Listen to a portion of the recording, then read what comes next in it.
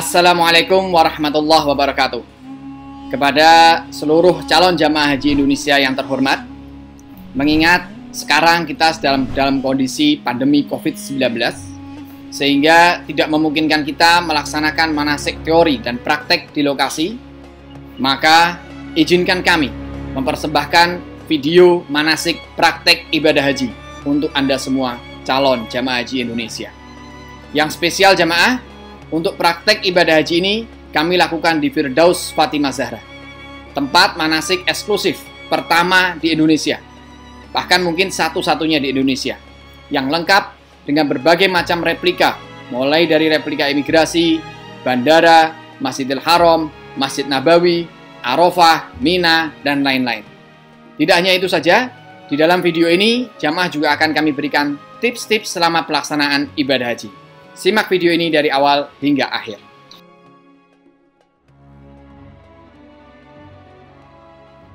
Yang pertama kita lakukan untuk persiapan ibadah sebelum kita berangkat menuju ke pemondokan atau ke bandara, yaitu adalah berkemas.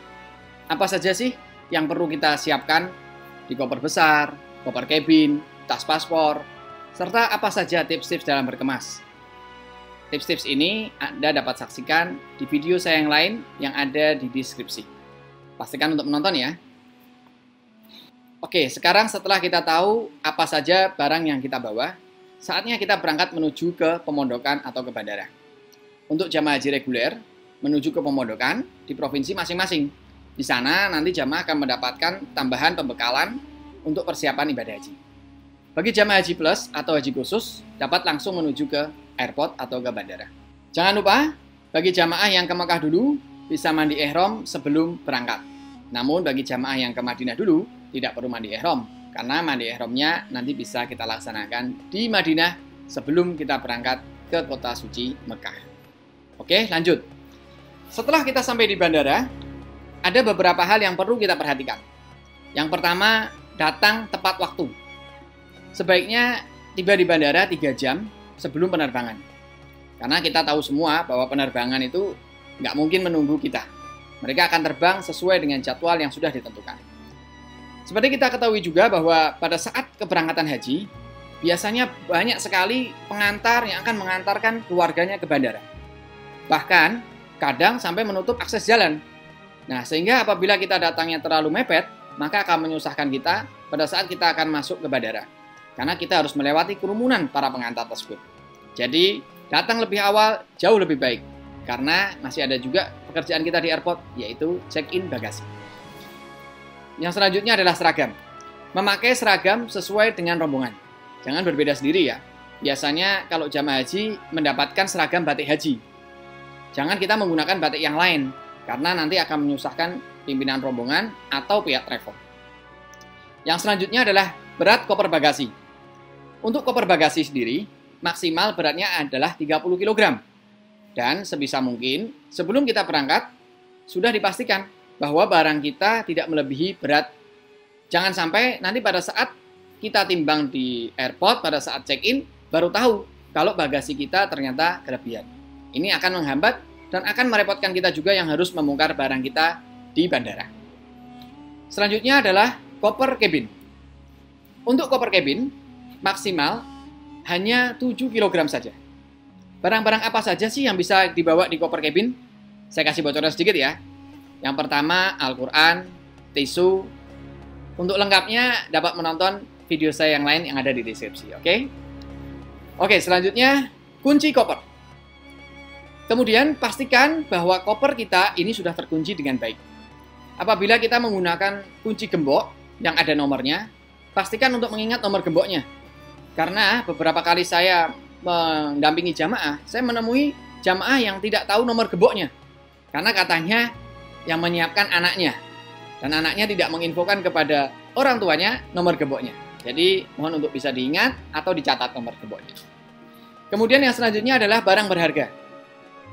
Barang berharga ini seperti uang, handphone, perhiasan, jangan ditaruh di dalam koper yang dibagasikan. Baik pada saat kita berangkat maupun pada saat kita pulang. Lebih baik kita taruh di koper cabin atau di tas paspor kita. Selanjutnya, senjata tajam dan cairan, seperti gunting, pisau, pemotong kuku, dan semua cairan yang di atas 100 ml harus kita masukkan ke dalam koper yang dibagasikan, karena tidak boleh dibawa ke dalam kabin pesawat. Kemudian power bank. Power bank ini tidak boleh kita masukkan ke dalam koper yang dibagasikan. Itu adalah aturan dari penerbangan. Sehingga semua power bank harus kita bawa di dalam koper kabin kita. Dan perlu diperhatikan juga bahwa maksimal mAh yang ada di power bank tersebut maksimal hanya 20.000 mAh. Kita tidak diperkenankan membawa lebih dari 20.000 mAh. Jadi sebelum berangkat dipastikan dulu ya kapasitas power bank jamaah. Kemudian yang tidak kalah penting adalah tanda koper. Jangan lupa juga untuk memberikan tanda khusus di koper agar kita bisa mengetahui dengan mudah koper kita. Kita bisa menggunakan gantungan kunci, stiker, atau apa saja yang sekiranya unik yang membuat koper kita berbeda dengan koper yang lain. Sehingga pada saat kita mendarat di Jeddah atau di Madinah, dapat dengan mudah kita mengidentifikasi koper kita yang mana. Sehingga tidak tertukar dengan jamaah atau koper yang lain. Setelah koper kita bagasikan, kita akan mendapatkan beberapa dokumen. Antara lain, paspor, boarding pass, buku kesehatan, dan juga gelang haji. Saat kita menerima dokumen-dokumen tersebut atau barang-barang tersebut, pastikan barang-barang atau dokumen tersebut atas nama kita ya. Jangan sampai tertukar dengan teman serombongan yang lain. Setelah kita menerima dokumen dan barang-barang tersebut, kita bisa langsung menuju ke imigrasi. Nah, sebelum kita menuju ke imigrasi, kita akan melewati X-ray, pemeriksaan barang-barang kita. Semua barang kita akan dicek dan perlu diingat oleh jamaah, cairan di atas 100 ml tidak bisa kita bawa ke dalam kabin pesawat, sehingga harus kita masukkan ke dalam koper yang dibagasikan. Contoh, sampo, pasta gigi, sabun mandi cair, itu tidak bisa kita bawa di kabin. Apabila kita masih membawa cairan-cairan tersebut saat melewati X-ray, maka cairan tersebut akan disita atau dimusnahkan oleh petugas.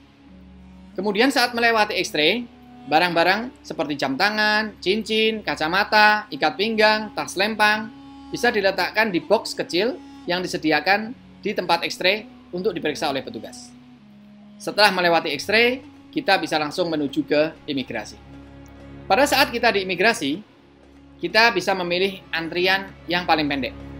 Kemudian kita siapkan paspor dan juga boarding pass kita. Ingat, saat antri di imigrasi, kita antri di belakang garis hitam atau di belakang garis kuning. Biasanya ada itu garis di imigrasi. Itu adalah batas antrian kita. Jadi kita tidak boleh melebihi garis itu saat kita mengantri. Pada saat di imigrasi, kita juga diharuskan melepas topi, kacamata, masker, karena agar petugas dapat mengenali kita. Setelah paspor kita selesai di imigrasi, pastikan ada stempel dari petugas imigrasi, kemudian kita bisa menuju ke ruang tunggu keberangkatan. Pastikan ruang tunggu kita sudah benar ya, sesuai yang tercantum di boarding pass atau tiket kita. Di ruang tunggu, ada beberapa hal yang bisa kita lakukan sambil kita menunggu boarding. Yang pertama, kita bisa berkenalan atau bertukar nomor HP dengan teman-teman serombongan. Ini menjadikan penting karena pada saat nanti kita di Tanah Suci, kita kesusahan menghubungi petugas, kita bisa menghubungi teman kita untuk memberitahukan di mana posisi kita atau keperluan kita kepada petugas. Yang kedua adalah menggunakan toilet. Usahakan kita gunakan toilet sepuas-puasnya sebelum kita berangkat ke pesawat. Karena tahu sendiri, di pesawat itu terbatas sekali toiletnya. Hanya ada 8 atau 10 toilet. Jadi, untuk digunakan 380 orang. Jadi, lebih baik kita gunakan sebelum kita berangkat atau sebelum kita boarding. Yang selanjutnya adalah kita memakai ihram. Bagi jamaah yang langsung ke Mekah, biasanya jamaah gelombang kedua, ini langsung ke Mekah, bisa memakai ihram di bandara. Untuk jamaah gelombang pertama yang ke Madinah dulu, tidak perlu mengganti ihram di bandara. Nanti bisa ganti ihram di Madinah sesaat sebelum berangkat menuju ke Mekah. Kemudian apalagi yang bisa kita lakukan selama di bandara, selama menunggu keberangkatan, kita bisa melaksanakan sholat. Apabila sudah masuk waktu sholat, seperti misalkan contoh sudah masuk waktu sholat zuhur, kita bisa melaksanakan sholat zuhur dijamak dengan asar di bandara. Jadi pada saat kita nanti di pesawat, kita sudah tidak melaksanakan ibadah sholat pagi. Dan juga usahakan sebelum kita berangkat, kita sudah berwudu dulu. Jadi pada saat nanti kita di pesawat, kita bisa membaca Al-Quran atau kita bisa berzikir tanpa harus mengambil air wudu kembali. Kemudian yang selanjutnya tidak kalah penting adalah memperhatikan arahan ketua rombongan dan tidak memisahkan diri dari rombongan.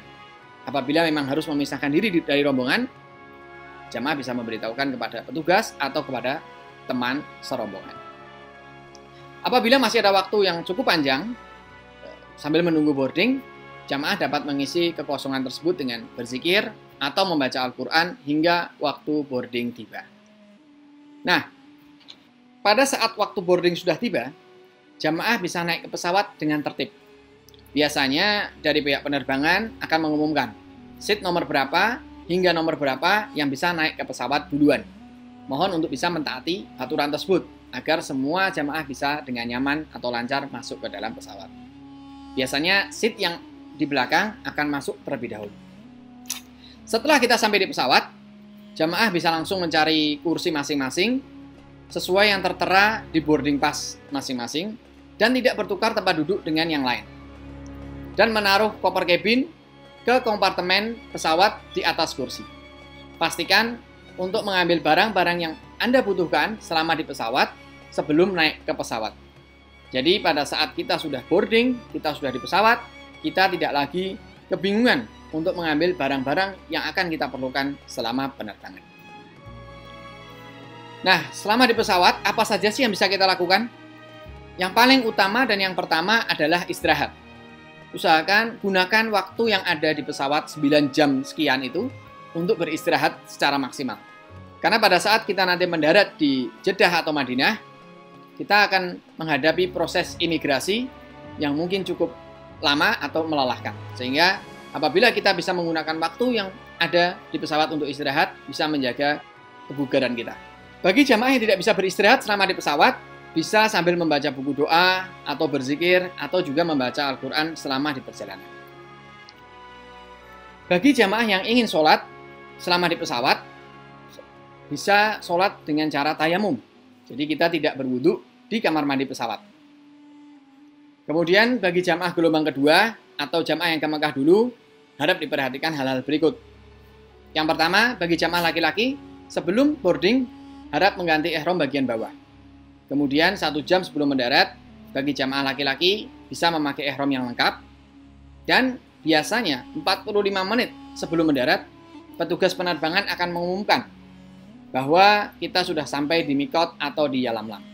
Nanti akan ada petugas yang memimpin untuk membaca niat umroh atau haji. Cara untuk pelafalan niat umroh itu sangat mudah sekali. Jamaah cukup membaca Bismillahirrahmanirrahim, labbaika Allahumma umratan, labbaika Allahumma umratan. Setelah membaca niat ini, berarti kita sudah dalam kondisi berihram. Kemudian setelah kita berniat, harap diperhatikan larangan-larangan ihram. Nah, ini khusus bagi jamaah gelombang kedua yang ke Mekah. Nah, kemudian setelah kita perjalanan dari Jakarta menuju ke Arab Saudi, tibalah kita di Bandara Arab Saudi. Sebelum turun dari pesawat, pastikan barang-barang bawaan kita tidak ada yang tertinggal, dan kemudian kita bisa langsung turun dari pesawat dengan tertib. Pastikan dokumen seperti boarding pass, buku kesehatan, dan paspor itu di tempat yang mudah kita jangkau.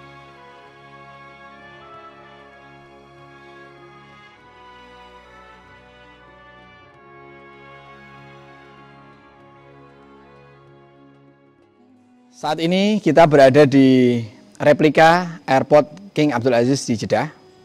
Yang perlu kita persiapkan sebelum kita memasuki imigrasi adalah paspor dan juga boarding pass. Paspor dan boarding pass ini kita siapkan, kita jadikan satu, kemudian kita langsung menuju ke imigrasi.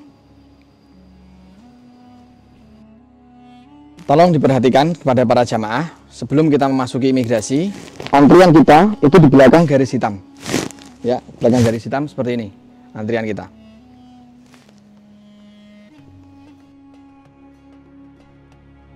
Kemudian sekarang kita menyerahkan paspor kita kepada petugas imigrasi. Kita serahkan.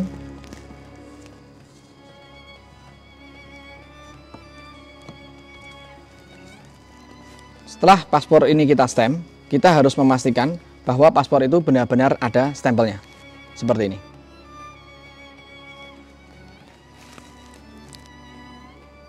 Setelah kita proses imigrasi selesai, kemudian saatnya kita mengambil koper. Dan tips dari kami, koper ada tandanya masing-masing. Sehingga pada saat jamaah mengambil koper itu bisa dengan mudah mengenali koper tersebut dari jauh. Seperti ini koper saya berikan tanda warna merah seperti ini. Nah, kemudian saya tinggal mengambil saja koper ini. Pastikan koper yang diambil ini adalah koper masing-masing. Jangan sampai tertukar dengan teman yang lain. Setelah mengambil koper, kemudian kita keluar menuju ke airport kedatangan King Abdul Aziz Jeddah. Pada saat kita keluar dari tempat pengambilan koper, kita menyerahkan koper kita yang tadi kita ambil ke petugas airport bandara. Petugas ini nanti akan mengantarkan koper kita ke bis kita masing-masing.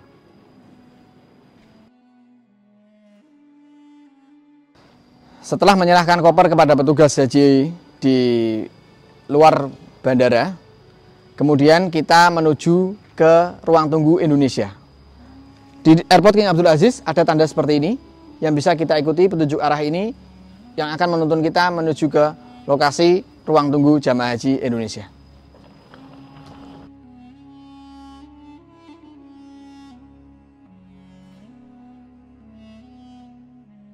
Sekarang kita sudah sampai di lokasi jamaah haji Indonesia. Di sini perlu diperhatikan ada beberapa warna yang berbeda di Airport King Abdul Aziz Jeddah. Kita sesuaikan dengan warna yang telah ditentukan oleh pemerintah Arab Saudi.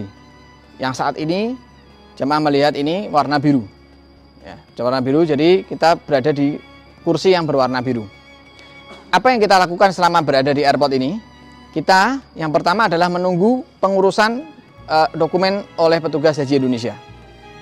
Setelah pengurusan dokumen selesai, kemudian nanti kita akan melanjutkan perjalanan menggunakan bis menuju ke kota Mekah. Sembari jamaah menunggu pengurusan dokumen, jamaah bisa sholat bagi yang belum sholat, ada musola di airport. Kemudian bagi jamaah yang ingin toilet juga bisa menggunakan toilet yang ada di Airport King Abdul Aziz Jeddah ini. Berikut beberapa tips dari kami selama jamaah menunggu di Airport King Abdul Aziz Jeddah. Yang pertama, selalu mengikuti arahan dari ketua rombongan. Yang kedua, tidak meninggalkan rombongan tanpa izin. Yang selanjutnya, apabila jamaah meninggalkan rombongan, harap memberitahukan kepada ketua rombongan atau kepada teman yang terdekat. Yang keempat, harap menjaga barang-barang bawaan. Jangan sampai ada yang tertinggal atau sampai diambil orang. Karena walaupun ini di Arab Saudi, tetapi kondisi di airport ini sangat padat sekali. Jadi jamaah selalu memperhatikan barang bawaannya masing-masing.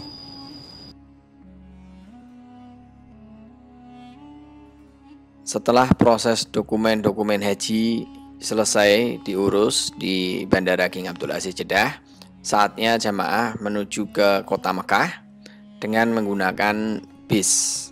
Perjalanan dari Bandara King Abdul Aziz ini ke Mekah kurang lebih memakan waktu 1 hingga 2 jam perjalanan. Jamaah setelah sampai di Mekah akan langsung menuju ke pemondokan atau hotel yang ada di Mekah. Setelah menerima kunci, jamaah bisa langsung menuju ke kamar masing-masing. Saat ini kita sudah berada di pemondokan hotel kita di Mekah. Saat ini jamaah dapat beristirahat sambil menunggu kepastian kapan diberangkatkan menuju ke Masjidil Haram untuk melaksanakan umroh yang pertama. Jamaah dapat beristirahat, namun tetap diingat larangan-larangan ihram. Jangan sampai dilanggar larangan-larangan ihram. Berikut adalah larangan-larangan ihram. Larangan ihram dibedakan menjadi 3. Yang pertama, larangan ihram khusus bagi jamaah pria. Yang kedua, larangan ihram khusus bagi jamaah wanita. Yang ketiga, larangan ihram bagi jamaah wanita dan pria sama. Yang pertama, bagi jamaah pria, dilarang memakai pakaian yang berjahit seperti kaos, kemeja, ataupun celana. Dilarang juga menggunakan sepatu, alas kaki yang menutupi mata kaki, Dan juga dilarang menggunakan penutup kepala seperti topi atau peci. Yang terakhir, dilarang menggunakan wangi-wangian kecuali yang sudah dipakai sebelum memakai pakaian ihram. Yang kedua, larangan khusus bagi jamaah wanita. Bagi jamaah wanita dilarang menggunakan kaos tangan yang menutupi telapak tangan dan juga menggunakan penutup muka seperti cadar. Yang ketiga, larangan ihram bagi jamaah pria dan wanita. Bagi jamaah pria dan wanita dilarang memotong kuku dan mencukur atau mencabut bulu badan. Selanjutnya dilarang juga berburu, mengganggu atau membunuh binatang dengan cara apapun. Yang ketiga, dilarang menikahkan atau meminang wanita untuk dinikahi. Yang selanjutnya dilarang bercumbu atau berjima. Yang selanjutnya dilarang mencaci atau bertengkar atau mengucap kata-kata kotor. Dan yang terakhir, dilarang memotong pepohonan di tanah haram. Nah, itu tadi manasik persiapan mulai dari airport Indonesia sampai hotel di Mekah. Jangan lupa like, subscribe, dan komen ya. Silahkan tulis di komen apa saja pertanyaan seputar umroh dan haji. Insya Allah nanti akan kami jawab. Kemudian jangan lupa juga di part selanjutnya kita akan jelaskan secara detail rukun umroh dan praktek tawaf serta sa'i secara lengkap. Jadi pastikan untuk menonton ya. Sampai ketemu di part selanjutnya. Assalamualaikum warahmatullahi wabarakatuh.